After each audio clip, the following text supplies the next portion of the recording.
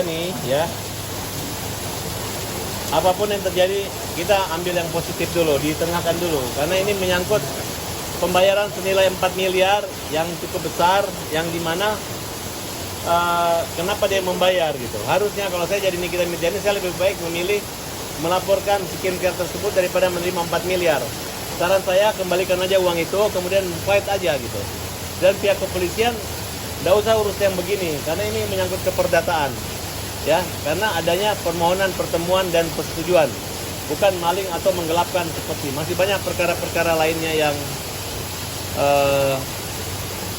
itu orang ketipu gara-gara hackers yang membuat rekening orang habis, yang itu lebih utamakan daripada mengurus uang yang 4 miliar punya skincare tersebut. Dan saya yakin ini kita punya alasan dan memang sangat banyak kemungkinan untuk diproses hukum, bisa-bisa saja. Tapi tentu ada sebab akibatnya. Kalau mau netralnya diselidiki lagi, apakah benar skincare itu melanggar undang-undang, melanggar POM, adanya suntikan dan lain sebagainya. Nah, karena kalau terlihatnya ngeri-ngeri sedap. Kalau tindak pidana kejahatan ekonomi mencari mata pencarian dengan cara-cara seperti ini, itu sangat akan merusak para tiktoker atau maupun youtuber. Nah, mereka selama ini yang dinamanya buzzer bayaran kecil-kecil 100.000, tapi ini sangat besar sekali ya, karena saya pernah berhadapan semua dengan mereka, dan menurut saya kita ambil positif aja, berdua tidak bersalah, karena uang 4 miliar itu sedikit bagi Nikita Mirzani. Bang, melihat status tersangka itu cukup cepat gimana Bang?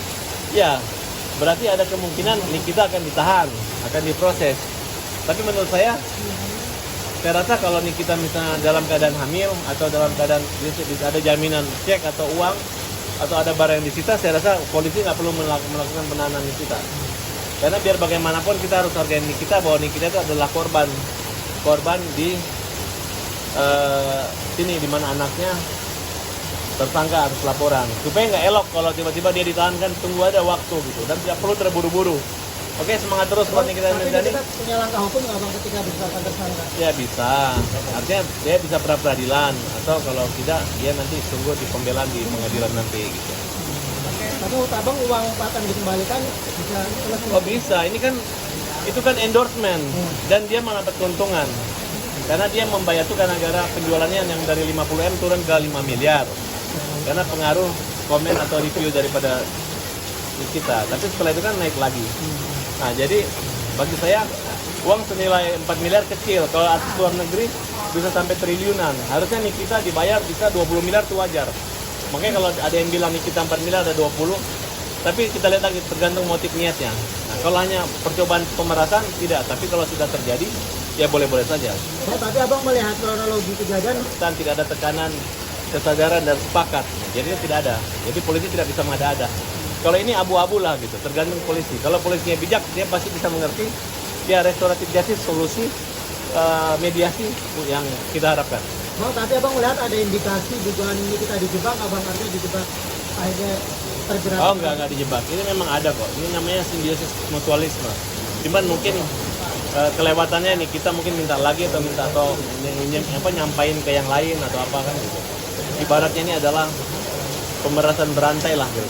Kura-kura ninja dan Cowboy Cengeng sudah kehilangan semua kliennya, nggak ada yang pakai lagi, ya.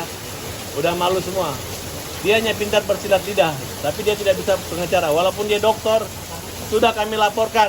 Dodi, pengacara donatur, dan donatur-donatur yang membuat Agus sudah kita laporkan di Polres Tangerang. Kemudian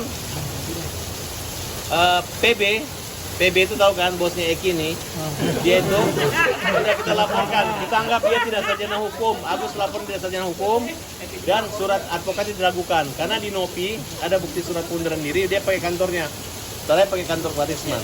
Dia yang mengatakan setuju uang dihabiskan di NTT. Dia yang mengatakan sudah kelar semua. Dia yang ngejek-ngejek kami semua.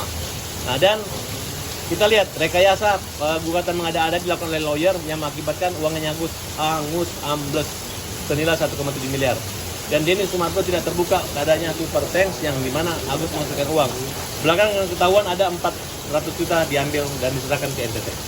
Bang, perihal laporan Pak Bulu di mana dan update seperti apa? Laporan PB itu sudah kita laporkan di Tangerang, nah, seiring dengan gugatan dia di sana. Karena secara etik kita bingung, dia nggak ngaku organisasi advokatnya apa. Mereka ini nggak tahu teman kuliahnya siapa, dosennya siapa, nggak tahu, tiba-tiba sarjana aja. Setahu saya dia klien saya dalam kasus ikan asin dan dipenjara beberapa tahun. Tapi kalau udah jadi pengacara, udah mau mengalahin. Makanya kalau jadi cupu jangan ngaku lawan tuh ya, oke? Gitu aja.